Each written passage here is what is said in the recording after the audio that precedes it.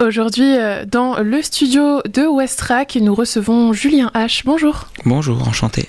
Merci de m'accueillir. Enchanté. Le 27 juillet dernier, tu as terminé un projet sportif caritatif d'envergure, descendre la Dordogne en canoë.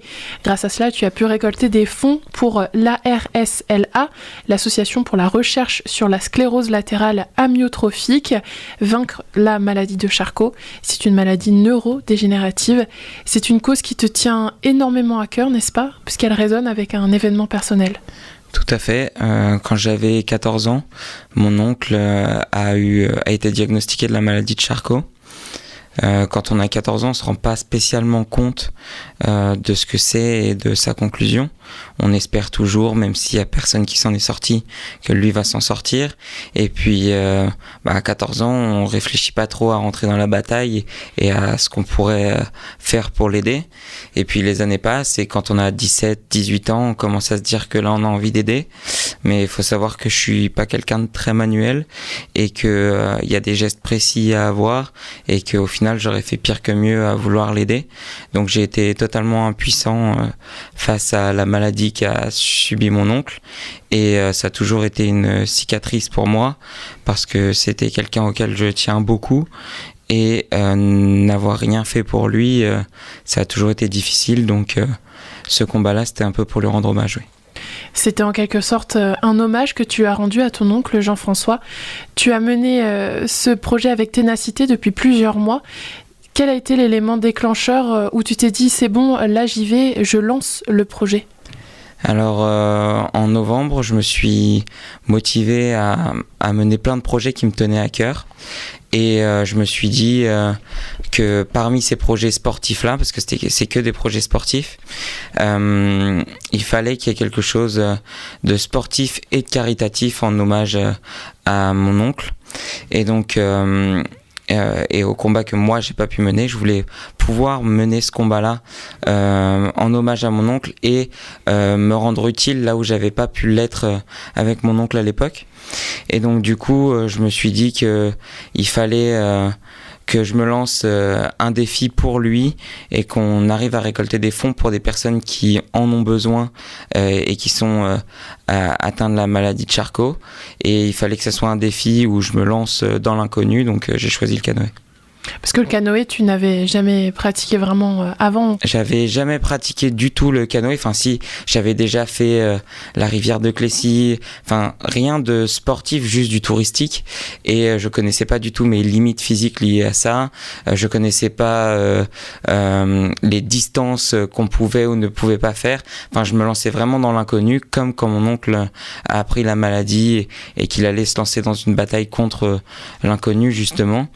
Et si je faisais du footing ou du vélo, c'est des choses à laquelle moi j'avais l'habitude, je savais mes limites, donc ça n'avait pas spécialement d'intérêt.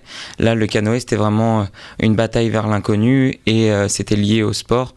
Et mon oncle faisait beaucoup de sport, donc je trouvais que c'était la meilleure manière de lui rendre hommage. Et du coup, ce projet, tu l'as mené en partenariat avec l'ARSLA. Comment tu es rentré en contact avec eux ? Alors, tout simplement, j'ai demandé à mes cousines, donc les filles de mon oncle, quelle association était venue en aide à mon oncle à cette époque-là, parce qu'encore une fois, j'ai été extrêmement distant vis-à-vis de cette maladie parce que j'étais impuissant et je savais pas qui l'avait aidé, je savais pas ce qu'ils avaient fait, etc. Donc je me suis approché de mes cousines qui m'ont dit qu'il n'y a qu'une association qui avait vraiment répondu présent et qui avait vraiment été utile pour mon oncle, et c'est l'ARSLA ou l'ARSLA. Moi j'avais l'habitude de dire ARSLA. Et c'est cette association-là qui est venue en aide pour tout ce qui était les démarches pour obtenir des aides, sachant que la maladie de Charcot, les besoins, ils sont pas remboursés à hauteur de 100%. C'est pour ça que ces actions-là, ils sont importantes. Et du coup, j'ai contacté l'ARSLA qui m'a directement répondu. Lina, qui est responsable du développement, a été géniale avec moi et on a pu construire ce projet petit à petit. Donc pour refaire un peu le chemin de ce projet depuis le début, ça a commencé à peu près en mai avec plein de choses que tu as mis en place. Il y a aussi la course connectée Éclat de juin. Est-ce que tu peux nous en dire plus ? Oui, tout à fait. Alors moi, déjà, au tout début, donc début mai, je me lance dans ce projet-là et je me dis que l'objectif, c'est d'atteindre 800 €.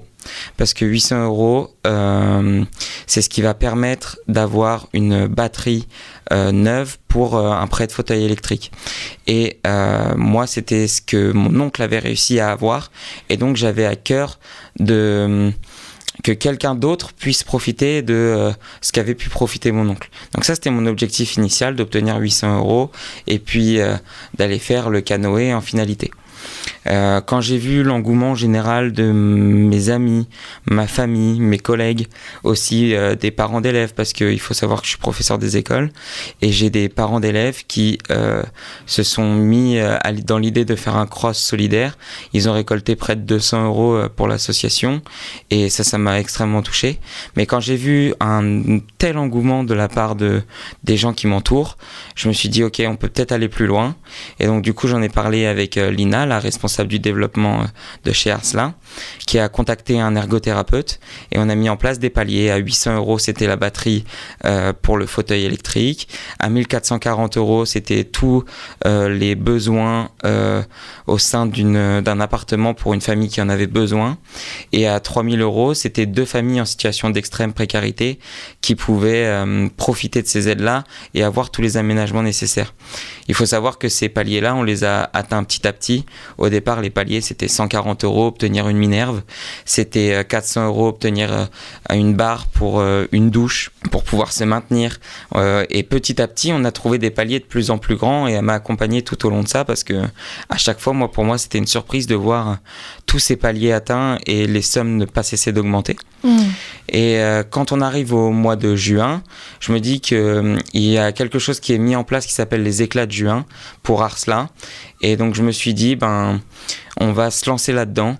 Je suis sûr que j'ai des amis qui aiment bien le sport ou des personnes qui m'ont dit, parce que du coup je faisais une préparation depuis novembre, que je les avais motivés par toutes mes stories, etc. sur Instagram. Et donc je me suis dit, cette occasion-là de faire les éclats de juin, qui est une course connectée où chacun peut courir, faire du vélo, pour ceux qui sont en mobilité réduite peuvent faire du fauteuil, bref, tout ce qui n'est pas motorisé. Et ces gens-là, à travers le sport, ils vont pouvoir nous aider à engranger de l'argent. Donc comment ça marche ? Les personnes qui sont engagées dans notre équipe qui s'appelle 1825 jours, c'était en hommage du coup aux 1825 jours de combat de mon oncle contre la maladie de Charcot. Et bien toutes ces personnes qui ont rejoint l'équipe ont fait un don de 15 € qui va directement à l'association et qui est déduit des impôts. Et plus on faisait de kilomètres tous ensemble, plus on était haut dans le classement et plus notre combat, la cause qu'on défendait donc avait de la visibilité, et plus on arrivait à engranger des fonds.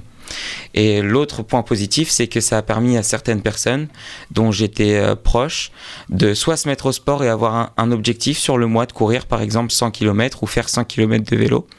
Quelqu'un d'autre qui s'était donné l'objectif de faire 1000 km et moi mon objectif c'était de faire 1825 km avec de la course à pied et du vélo en un mois, et j'ai réussi à le finaliser à 23h50 le dernier jour.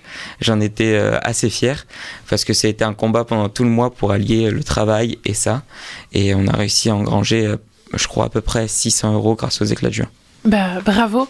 Et merci. Justement, tu parlais du vélo que tu as beaucoup utilisé durant ces éclats de juin. Tu l'as utilisé à travers une brocante itinérante où tu as fait des maraudes pour récupérer des objets ou... Oui, tout à fait. En fait, mon objectif, c'était vraiment de permettre à tout le monde de participer. Et je me suis rendu compte que principalement en fait les personnes âgées que j'ai pu croiser dans le village où j'habite, j'habite à Ypres, voilà, je vous donne l'information, et les personnes âgées que j'ai croisées m'ont dit oui mais je peux pas donner parce que on sait que la vie est difficile et quand on est retraité on n'a pas forcément beaucoup d'argent, ce qui s'entend, et je me suis dit mince, eux aussi ils aimeraient bien rentrer dans la bataille, eux aussi peut-être que Jean-François c'était quelqu'un qui leur tenait beaucoup à cœur. Jean-François soi, c'est mon oncle. Et ils n'ont pas pu participer au combat. Et là, encore une fois, ils ne pourraient pas participer au combat. Donc, je me suis dit, ce que je vais faire, c'est que je vais mettre en place un vide-grenier solidaire.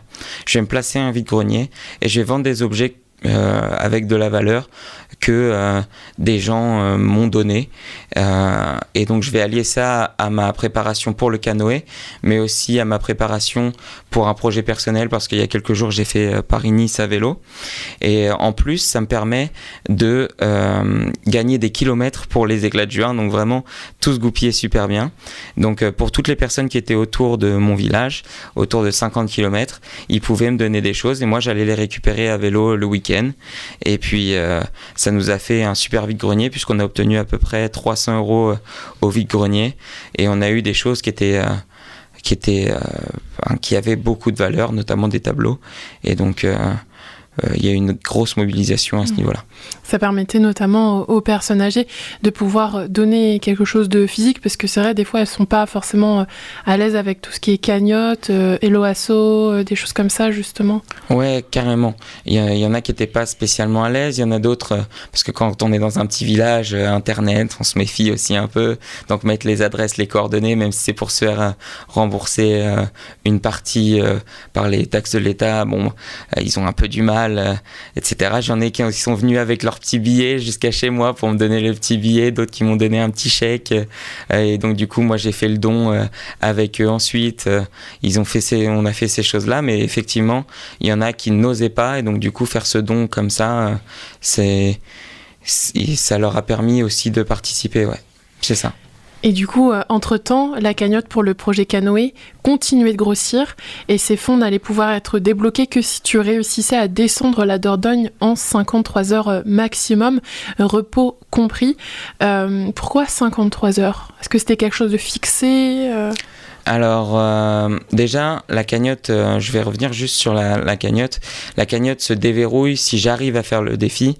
Par contre, si j'y arrivais pas, il y avait une possibilité pour eux de quand même donner. C'était marqué que j'avais échoué au défi, mais que s'ils le souhaitaient, ils pouvaient quand même donner. Ça, c'était quelque chose qui était important pour moi, parce que je me suis dit, mince, si je donne tout mais que j'y arrive pas, ça veut dire que 2 familles qui auraient pu en bénéficier à cause de moi vont pas l'avoir. Enfin, c'est horrible. Mais de toute manière, pour moi, l'échec, il était pas permis, donc j'aurais réussi s'il fallait, peu importe. Et donc pourquoi 53 heures ? C'est simplement logistique. J'étais avec Carénac Aventure, qui d'ailleurs ont été géniaux, puisqu'ils m'ont fait payer uniquement ce que eux ça leur coûtait, donc ça a été vraiment top. Et en fait ils ont un moment où ils nous emmènent en haut de la Dordogne en voiture, et c'est à 10h. Et il y a un moment où ils nous récupèrent tout en bas, et c'est à 15h30. Donc je me voyais pas du tout le faire en 1 jour et demi. Pour moi, en 3 jours et demi, c'était difficile, mais c'était pas un grand challenge. Et il fallait que ça soit un grand challenge pour que ça ait du sens vis-à-vis de la bataille qu'a menée mon oncle. Donc je me suis dit que 2 jours et demi, c'était bien, donc 53 heures. Et on peut se poser la question aussi, ça fait combien de kilomètres la Dordogne ? Alors, la Dordogne, elle est très grande. Moi, ce que j'ai fait, c'est 124 km de Argentat à Castelnau, si je ne me trompe pas. Et du coup, je me suis lancé là-dedans. Le premier jour, j'ai eu des difficultés avec le temps, parce qu'il y a eu beaucoup de vent. Et pour moi, le vent, en fait, je me suis dit, je vais faire... ils vont m'emmener dans l'autre sens, donc ça, c'est embêtant. Mais il y a aussi avec la pagaie, parce qu'à chaque fois que je commençais à pagayer, ça me l'a ramené vers moi, et c'était hyper dur. Donc le premier jour, ça a vraiment été un très très gros combat contre moi-même, parce que pareil, c'est le début. Et puis le deuxième jour, je voulais pas le soir, quand je suis arrivé à 70-80 km, je voulais pas le soir me dire je vais dormir et il me reste que 10 km, parce que du coup le temps s'égrène, et que je voulais que ça soit une performance, la meilleure performance possible. Donc je me suis dit que j'allais finir en 2 jours, donc j'ai fini à peu près en 24h30 de pagayage effectif, et en 32h30 sur l'ensemble. Donc 124 km, environ 32 heures de voyage. C'est ça. C'est une sacrée performance physique. Comment est-ce que tu t'es préparé à tout ça ? Parce que c'est énorme. La préparation elle était assez difficile.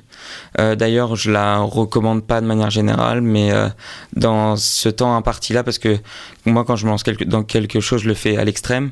Mais j'ai commencé ma préparation du coup en novembre. En novembre, je faisais 78 kilos. J'étais un petit peu en surpoids parce que je fais 1m70. Bon, rien de très grave, hein, mais il fallait que je me remette bien physiquement. Et donc, du coup, j'ai perdu 18 kilos en l'espace de 4 mois, 4 mois et demi. C'est quelque chose, je précise, que je recommande pas du tout parce que j'ai été hyper restrictif, c'est-à-dire que je faisais qu'un seul repas la journée, un repas peu calorique, et du coup ça crée des troubles du comportement alimentaire, et c'est pas du tout une solution parce qu'on va se dire qu'on va résister, mais à un moment il faut manger normalement et le corps il a toujours été en mode survie, donc on le reprend forcément. Moi là, même si je fais cet été beaucoup de sport, j'ai repris une belle partie de ce que j'avais perdu, même si je suis beaucoup mieux physiquement que ce que j'étais, mais c'est pas du tout une solution viable sur le long terme. Mais moi c'était sur le court terme du coup, donc pendant 4 mois je me suis vraiment donné avec un régime restrictif et beaucoup de courses à pied. Je faisais au minimum 10 km par jour et quand j'arrivais vers la fin je faisais 21 km par jour. Donc voilà. Et une fois que je suis arrivé en mai-juin, donc à l'approche de l'échéance, je me suis inscrit à une salle de sport. Et le mardi soir et le vendredi soir, parce que je ne travaillais pas le lendemain étant professeur des écoles, j'allais après mon école dans cette salle-là qui est ouverte 24 heures sur 24, et j'allais faire 8 à 10 heures de rameur pour tester ma résistance et puis pour me préparer au mieux à pagayer pendant 8 à 10 heures. Et justement, ça a été une préparation physique qui a porté ses fruits, car comme tu l'as dit, tu as descendu la Dordogne beaucoup plus rapidement que prévu, 32 heures au lieu de 53. Est-ce que tu t'y attendais ? Alors absolument pas. Comme je disais, c'était vraiment une course vers l'inconnu. Je connaissais pas du tout mes compétences physiques en canoë, mes limites. Je savais pas à quelle vitesse j'allais aller. Et la première journée, avec le vent, avec beaucoup de pluie aussi, j'étais allé plus loin que ce que j'espérais. Donc là, je me suis rendu compte que j'allais le faire la première journée, parce que j'étais allé plus loin que ce que j'espérais malgré la météo. Et le deuxième jour, quand je suis arrivé vers 70-80 km, là je me suis dit ok, je finis ce soir, qu'importe l'heure, je finis ce soir. Mais je m'attendais pas du tout à faire aussi bien, mais comme quoi quand on se prépare bien et quand on est discipliné dans sa préparation, ça paye. Puis du coup, ces 35 heures de canoë, tu les as fait tout seul. Tu t'es mis dans un état d'esprit un peu particulier, sûrement pour te forcer à réussir à faire ce parcours ? Ouais, la première chose à laquelle je me suis dit, et je me suis dit dès l'annonce du projet, c'est que je m'autorisais pas du tout l'échec. Quand on se donne un objectif et qu'on s'autorise pas à l'échec, en général on y arrive. Et j'ai décidé de le faire tout seul parce que c'était comme ma manière de faire mon deuil aussi de mon oncle. Quand on a un proche comme ça qui décède les premiers jours, on a l'enterrement, etc. Mais on se rend pas forcément compte, c'est le manque, il arrive qu'au bout de quelques mois. Et moi j'ai eu ce manque-là et j'ai aussi eu cette cicatrice de pas m'être battu avec lui. Et donc ce périple tout seul en canoë, ça me permettait finalement de faire mon deuil, de penser à lui, de me battre en son nom, et je me voyais pas faire autrement que tout seul. On peut le dire en quelque sorte, ton oncle ça a été ton phare durant ce périple en canoë. Exactement, ça a été mon phare, mais pas que pendant le canoë, ça a été mon phare aussi à de nombreux moments de ma vie. Il a toujours été de bons conseils, il a été toujours aussi... je suis son neveu, il aurait pu prendre des pincettes pour me dire les choses, mais il a toujours été très cash. Quand il y a quelque chose que je faisais qui n'était pas bien, il me le disait. Quand il y a quelque chose que je faisais qui était bien, il le disait aussi. Donc ouais, ça a toujours été un exemple sur le sport. Et il était aussi professeur au lycée Guy de Maupassant à Fécamp. Moi je suis enseignant aussi, donc je pense que c'est pas pour rien non plus. Ça a vraiment été un modèle pour moi, et il l'a été d'autant plus pendant son combat, où j'ai découvert vraiment quelqu'un avec un mental de fou qui arrivait à faire de l'humour alors qu'il était gravement malade. Moi je sais pas si j'en serais capable, donc ça a été toujours un modèle pour moi. Et grâce donc à cette détermination que tu as et la mise en place de ce magnifique projet, on peut le dire que tu as mené d'une main de maître, tu as réussi, même dépassé tes objectifs de don, n'est-ce pas ? Oui, tout à fait. On a atteint du coup 3 500 euros. 3 500 euros, du coup, c'est 2 familles en situation d'extrême précarité qui vont pouvoir bénéficier d'aides concrètes dans l'aménagement de leur logement, mais aussi dans du matériel qui est nécessaire pour les personnes atteintes de la maladie de Charcot. Et on a du coup ces 3 000 euros de ces 3 500 euros là qui vont servir à ça. Et il y a 500 euros qui vont servir à l'obtention de minerves adaptées pour des personnes qui n'ont plus la force dans leur cou de maintenir leur tête. Donc oui, c'était une grande réussite. Et tu as dit que j'avais mené ça d'une main de maître, mais en vérité, l'énergie, je l'avais, mais je l'avais pas tout seul. Il y a tellement de personnes qui ont répondu présent et qui m'ont donné de la force tout le temps. Pendant le canoë, je recevais plein de messages. Avant, pendant ma préparation, plein de messages aussi. Les dons des personnes aussi, c'est hyper motivant. La famille qui est reconnaissante de mener ce combat-là, ça fait chaud au cœur. Les amis, je me suis rendu compte aussi que j'avais réussi dans ma vie une chose qui me tient énormément à cœur, c'est d'avoir des personnes en or autour de moi, et c'était le cas. Donc je l'ai mené d'une main de maître, mais ça aurait été impossible sans toutes ces personnes-là. J'ai eu plus de 100 personnes qui ont quand même contribué au projet. Est-ce que tu t'attendais à tout ça ? Tu as été surpris par justement ces plus de 100 contributeurs, 3 500 euros, c'est merveilleux. Oui, c'est complètement fou, je m'y attendais pas du tout. En fait, à chaque fois que j'ai avancé dans ce projet, à chaque fois que je donnais un nouvel objectif, on l'atteignait et on dépassait toutes mes attentes. Les éclats de juin, on a fini 5e, alors qu'on était même 10 fois moins que ceux qui étaient devant nous et 5 fois moins que ceux qui étaient derrière nous, parce que tout le monde se donnait. 3 500 euros, c'était inespéré. Moi, si j'avais 800 euros, déjà, c'était l'objectif, quoi.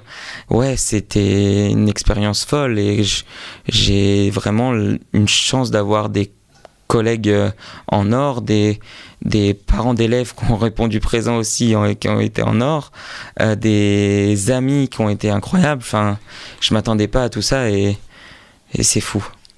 Et toi, qu'est-ce que tu en retiendrais de toute cette expérience ? Déjà que quand on a envie de faire quelque chose et quand on se donne les moyens de faire quelque chose, on en est capable. Que la seule limite, c'est soi-même.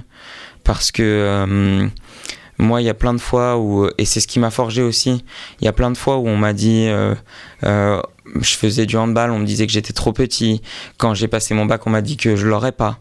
Quand j'ai fait mon master et mon concours, on m'a dit que les deux en même temps, c'était pas possible.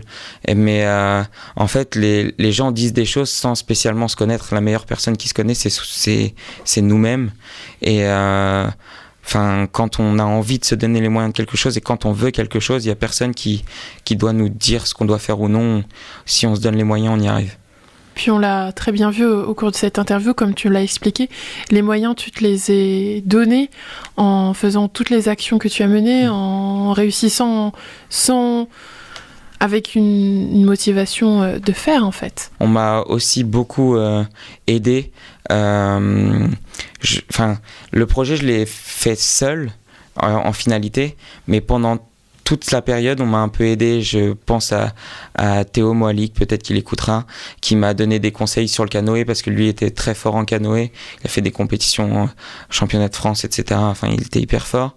J'ai un proche de Jean-François qui tient une entreprise, qui m'a fait un don sans me demander de mettre en avant l'entreprise. Donc, même si ça a été une réussite personnelle, c'est aussi une réussite collective. Oui, est-ce que toi, tu aimerais refaire d'autres projets caritatifs ? Alors, mon but personnel, c'est pas de redemander à des personnes de redonner de l'argent. Je l'ai fait une fois. Ça a permis à des personnes de participer à cette bataille-là, à sensibiliser à la maladie de Charcot. Mais je me vois pas tous les ans, par exemple, demander à mes proches de redonner de l'argent. Par contre, moi, m'engager individuellement, ça, c'est quelque chose que je veux faire, parce que c'est hyper valorisant pour l'estime de soi, déjà, parce qu'on fait vraiment quelque chose de bien et de concret, mais c'est aussi parce qu'il y a tellement de gens qui en ont besoin. j'ai découvert une association, l'ARSLA, qui est une association exceptionnelle avec des gens qui permettent de donner des objectifs clairs, de donner du concret aux gens qui donnent. On peut choisir soit de donner pour la recherche, soit pour des personnes qui en ont besoin, soit pour plus le côté administratif et l'accompagnement psychologique. Il y a beaucoup d'émissions à la télé où on donne, on voit le nombre augmenter, mais on ne sait pas exactement à quoi ça va servir. Et il y a des associations comme ça qui sont vraiment dans le concret et qu'il faut valoriser. Et donc du coup, j'aimerais bien, à mon échelle, aider sur de la logistique d'événements, par exemple, l'ARSLA. Et autre chose que j'aimerais bien faire, c'est sur 1 voire 2 réveillons de Noël, préparer des repas et aller les donner à des gens le jour du réveillon de Noël qui sont dans la rue et qui sont seuls, parce que nous on a tendance à Noël à beaucoup fêter, à faire des festins, etc. Mais il faut aussi penser à des gens qui sont seuls et qui sont dehors. Et une fois, moi je m'étais baladé sur le Havre quand j'étais étudiant au moment du réveillon avant d'aller rejoindre mes parents, et j'avais pensé à ça, et ça m'est revenu à l'esprit notamment quand je faisais le canoë, qui était un moment d'introspection, un moment de deuil, mais aussi un moment où j'ai réfléchi à moi-même et à ce que je voulais faire plus tard dans ma vie, etc. Et ça, c'est quelque chose qui me tiendrait bien à cœur aussi. Donc continuer ce chemin avec la RSLA, continuer de les suivre bénévolement, quoi. Tout à fait. Au sein de l'association. Tout à fait. Et donc pour finir, je voulais dédier ce mot de la fin à ton oncle Jean-François. Quel message tu aimerais lui faire passer ? Ça c'est une bonne question. Déjà, je voudrais lui dire pardon en soi, parce que j'ai pas été à mes yeux assez présent pour lui. J'ai été présent avec lui à des repas de famille, j'ai été présent où je suis allé le voir de temps en temps avec mon père, mais j'estime que j'ai pas pris assez part au combat quand il était là. Et ça, même si j'ai un peu soigné la cicatrice avec l'action que j'ai menée, je pense que ça me restera quand même un peu comme quelque chose que j'aurais dû faire. Mais encore une fois, à cet âge-là, on peut pas faire grand-chose non plus, donc faut pas se morfondre non plus. Mais j'aurais pu faire plus. Je veux lui dire aussi un grand respect, parce que réussir à faire de l'humour quand on est malade, ça montre quand même un sacré mental qui s'est battu jusqu'au bout. Et puis j'ai une anecdote que j'avais jamais racontée et que je vais raconter là, mais dans les derniers jours avant qu'il parte, moi quand j'étais petit, je disais tout le temps que je vais faire Koh Lanta. Il m'a dit, écoute, t'as qu'à raconter mon histoire, t'as qu'à dire que tu le fais pour moi, etc. Parce que les émissions comme ça, ils aiment bien quand on joue du violon et qu'on leur raconte des histoires tristes, et puis tu pourras le faire. Puis je lui ai dit que je le ferais un de ces 4, et que je lui promettais de le faire. Et puis je pense que là, ce que je peux lui dire, c'est que je l'ai fait, ce Koh Lanta là, pas le vrai, mais le canoë, me lancer dans l'inconnu, et puis le faire pour lui. Au final, je l'ai fait dans ce sens-là. Oui, c'était un peu comme ton Koh Lanta personnel. Tout à fait. Ces 32 heures où tu étais au plus proche de ton oncle. En tout cas, encore un immense bravo pour tous les efforts que tu as mobilisés afin de récolter des dons pour la RSLA, vaincre la maladie de Charcot. Un hommage à ton oncle Jean-François, que la maladie a malheureusement emporté en 2019, à l'âge de 49 ans.